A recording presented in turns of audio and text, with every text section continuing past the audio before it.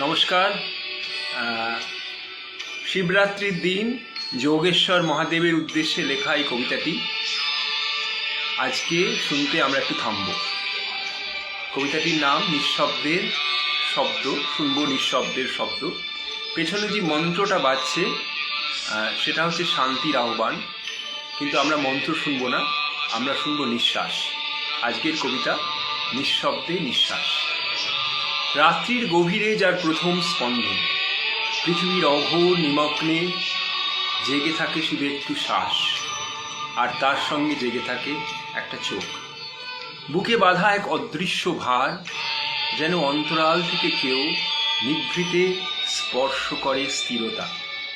নিঃশ্বাস ধীরে ঊর্ধ্বে ওঠে, কলম নিবে জমে অন্ধকার, সাদা পাতায় ফুটে ওঠে নীরবতার প্রথম অক্ষর।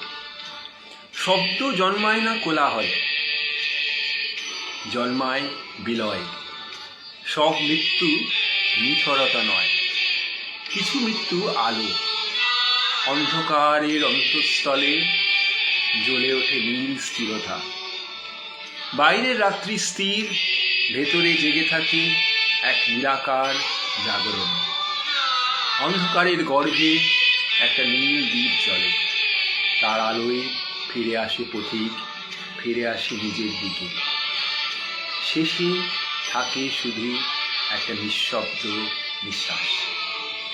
যদি এই নিঃশব্দতার মধ্যে আপনি নিজের কোনো শব্দ শুনে থাকেন, তাহলে আজকের লাইভটা সার্থক।